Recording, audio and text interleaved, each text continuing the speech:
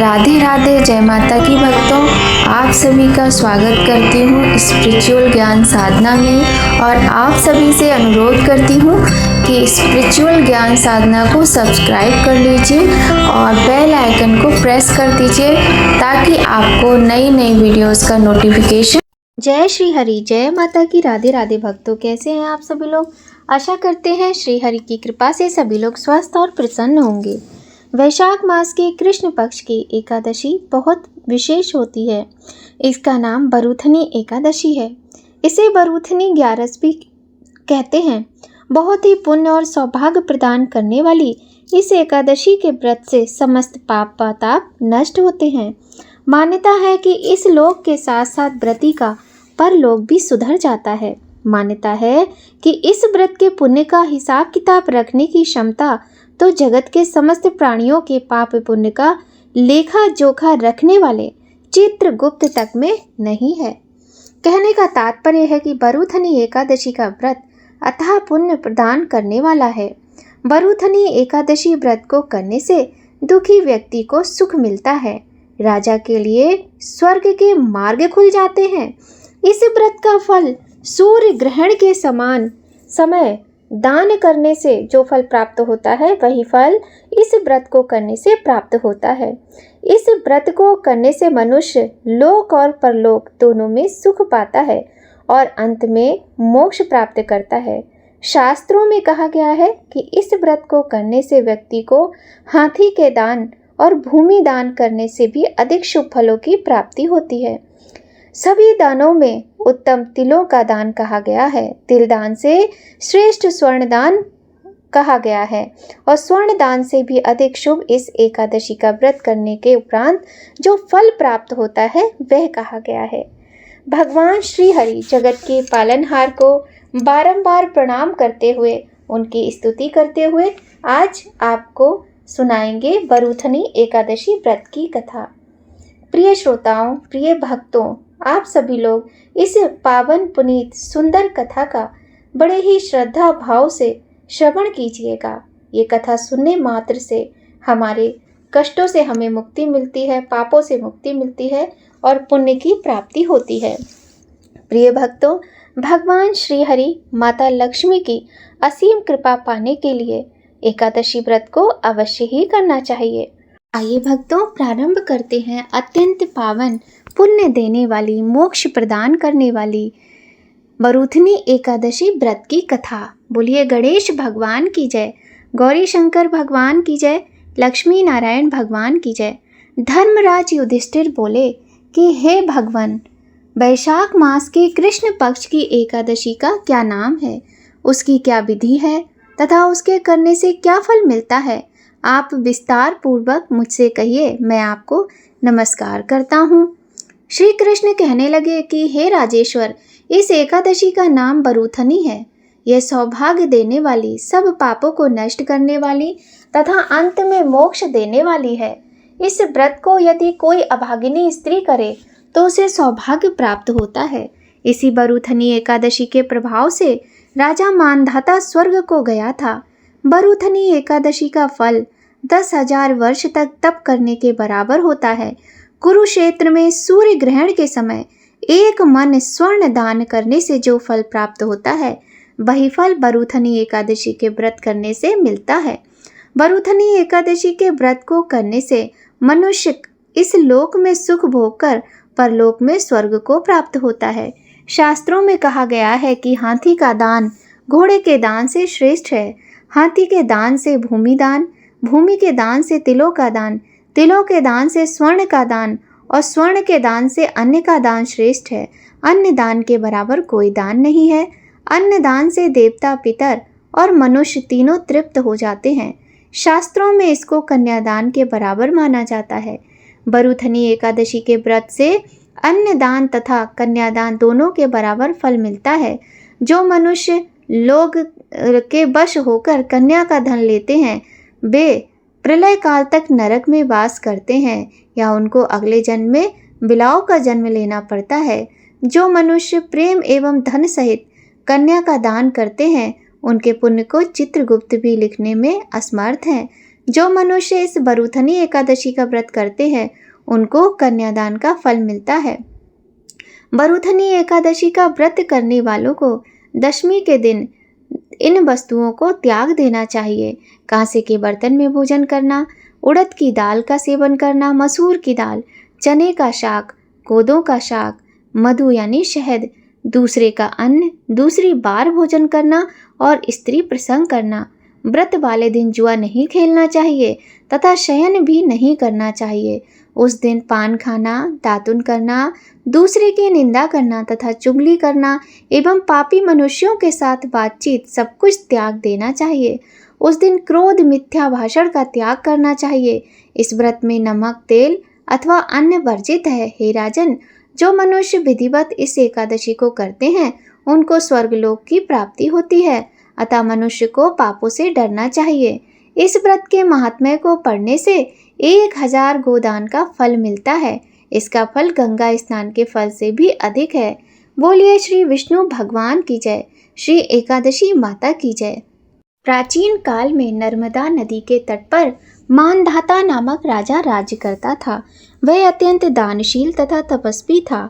एक दिन जब वह जंगल में तपस्या कर रहा था, तभी न जाने कहां से एक जंगली भालू आया और राजा का पैर चबाने लगा। राजा पूर्ववत अपनी तपस्या में लीन रहा।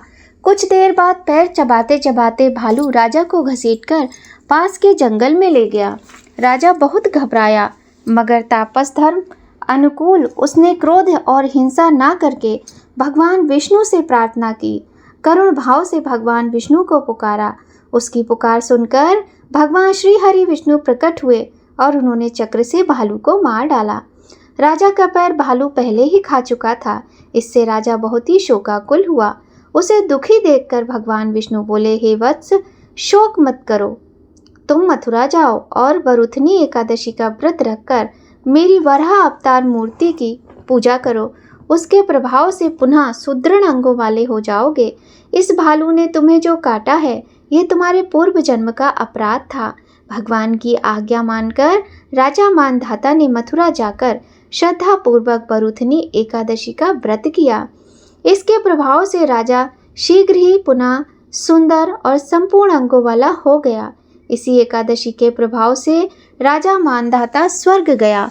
जो भी व्यक्ति भय से पीड़ित है उसे बरूथनी एकादशी का व्रत रखकर भगवान विष्णु का स्मरण करना चाहिए। इस व्रत को करने से समस्त पापों का नाश होकर मोक्ष मिलता है। लक्ष्मी नारायण भगवान की जय। प्रिय भक्तों, यह थी बरूथनी एकादशी व्रत की कथा। आइए भक्तों, अब हम सुनेंगे भगवान जगन्नाथ की बहुत ही सुंदर एक कथा। सभी भक्तगण बहुत ही श्रद्धा से इस कथा को सुनिएगा। मध्य भारत में मालवा नामक राज्य पर राजा इंद्रद्युम्न का शासन हुआ करता था। राजा इंद्रद्युम्न भगवान विष्णु के बहुत बड़े उपासक और भक्त थे। भगवान के प्रति अपनी अपार आस्था के चलते राजा के मन में हमेशा नारायण भगवान के दर्शन की इच्छा रहती थी। एक दिन उनके राज्य में एक बड़े ज्ञानी ऋषि आए और उनसे कहने लगे कि हे राजन, क्या आपको सबर कबीले द्वारा पूजे जाने वाले भगवान विष्णु के दिव्य रूप नील माधव के विषय में कोई जानकारी है? इस बात को सुनकर राजा बोले, हे ब्राह्मण देव, मैं तो अज्ञानी हूँ। मुझे कृपा करके बताइए कि मेरे आराध्य के इस दिव्य रूप की पूजा कहाँ की जाती है और मैं किस प्रकार से उनके दर्शन कर सकता हूँ। राजा की बात का उत्तर देते हुए ऋषि बोले कि मुझे भी उस स्थान का ज्ञान नहीं है, इसलिए मैं आपकी सहायता मांगने आया था।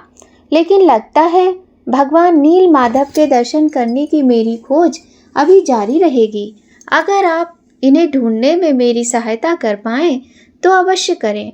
अब मैं आपसे विदा लेता हूँ। ऐसा कहकर ब्राह्मण देवता वहां से चले गए। वहीं दूसरी ओर राजा के मन में भी भगवान विष्णु के इस दिव्य अवतार के दर्शन की जिज्ञासा और भी प्रबल हो गई और उन्होंने अपने मुख्य पुजारी विद्यापति को बुलाकर ये आदेश दिया कि वह उस स्थान का पता लगाएं जहां भगवान विष्णु के दिव्य रूप नील माधव के रूप में पूजा होती है। विद्यापति उस मंदिर की खोज में निकल पड़े।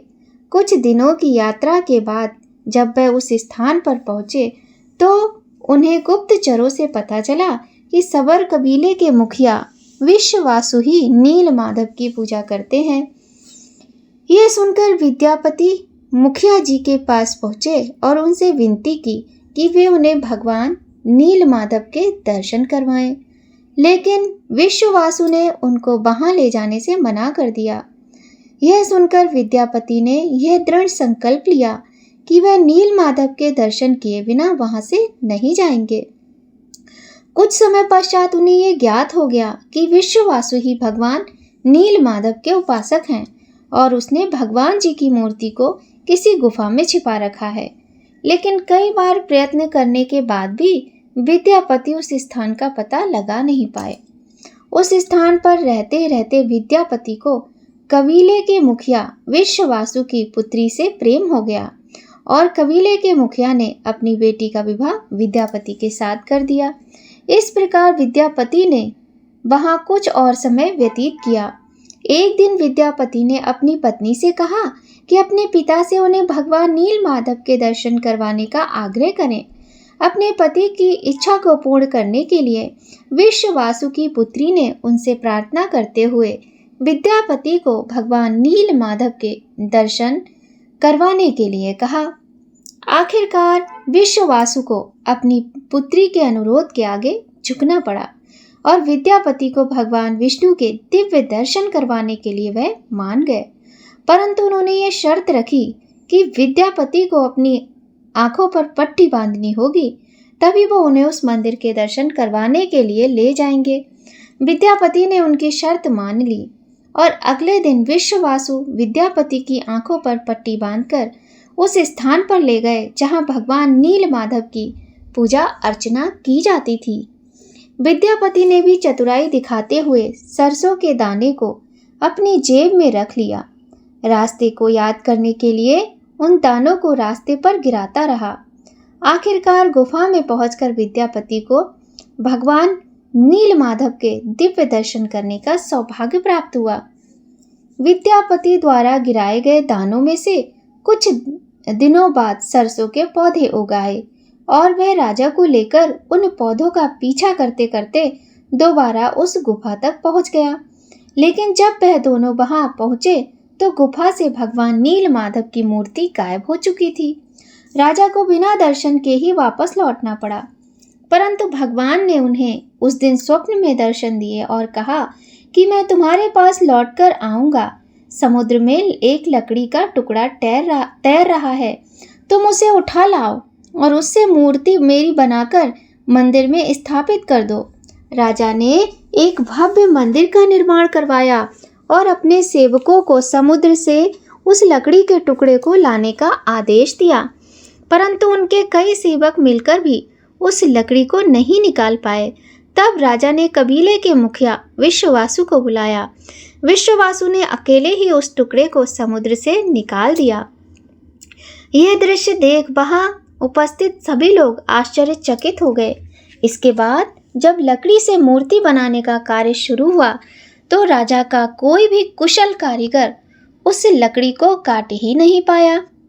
इस समस्या का समाधान करने के लिए स्वयं भगवान विश्वकर्मा वहां एक बूढ़े कारीगर का रूप धारण कर प्रकट हुए और उन्होंने कहा कि मैं भगवान नील माधव की मूर्ति का निर्माण 21 दिनों में करूंगा, परंतु मेरी शर्त यह है कि उस दौरान कोई भी मेरे कमरे के अंदर नहीं आएगा।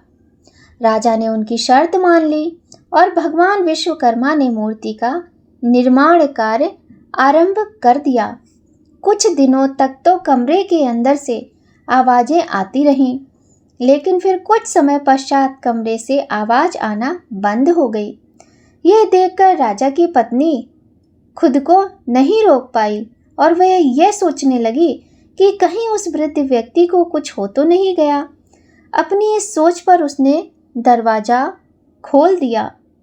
शर्त के विरुद्ध दरवाजा खोलने से भगवान विश्वकर्मा वहां से अंतर्ध्यान हो गए, लेकिन वहां पर भगवान जगन्नाथ के साथ सुभद्रा और बलभद्र जी की अधूरी मूर्ति विराजमान थी। राजा को देखकर पश्चाताप हुआ, लेकिन उन्होंने इसे ही भगवान की इच्छा समझकर उन प्रतिमाओं को मंदिर में स्थापित करा दिया। प्रिय भक्तों, इस प्रकार से हुई थी भगवान जगन्नाथ जी के मंदिर की स्थापना। आपको ये कथा कैसी लगी जरूर बताइएगा। और एकादशी के व्रत में इस प्रकार की कथाएं सुनने से बहुत अधिक पुण्य फल की प्राप्ति होती है। बोलिए जगन्नाथ स्वामी की जय। प्रिय भक्तों, बताया जाता है कि सुदामा की श्रद्धा देखकर भगवान जगन्नाथपुरी के बाहर एक ब्राह्मण के वेश में खड़े हो गए थे।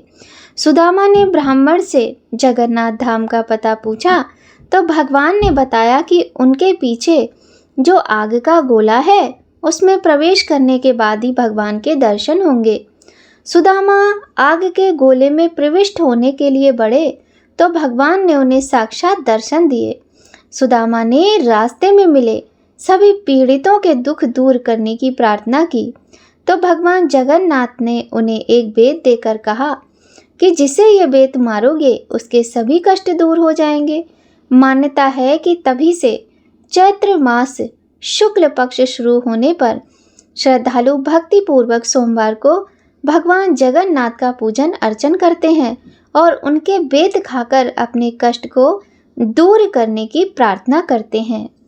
इसी प्रकार से चैत्र के महीने में भगवान जगन्नाथ स्वामी के सोमवार को व्रत किए जाते हैं।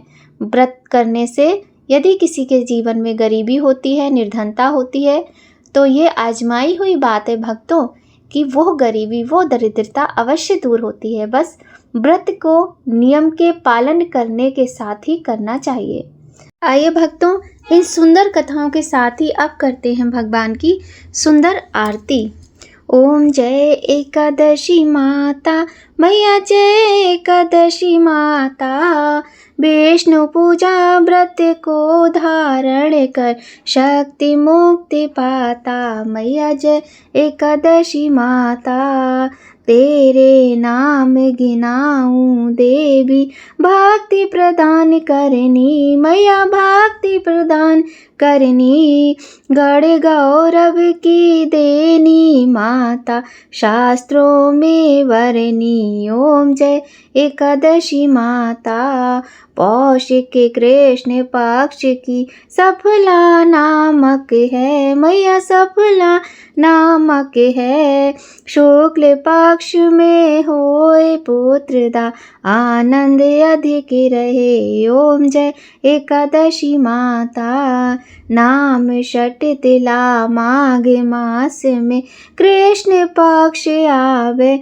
मैया कृष्ण पक्ष आवे, शुक्ल पक्ष में जया कहावे, विजय सदा पावे। ओम जय एकादशी माता, विजया फागुन कृष्ण पक्ष में शुक्ला आमल की। मैया शुक्ला आमल की, पाप मोचनी कृष्ण पक्ष में चैत्र महाबल की। ओम जय एकादशी माता, चैत्र शुक्ल में नाम कामदा, धन देने वाली। मैया धन देने वाली, नाम बरूथिनी कृष्ण पक्ष में वैशाख महावाली। ओम जय एकादशी माता, शुक्ल पक्ष में होए मोहिनी, अपराजिष्ट कृष्ण पक्षी।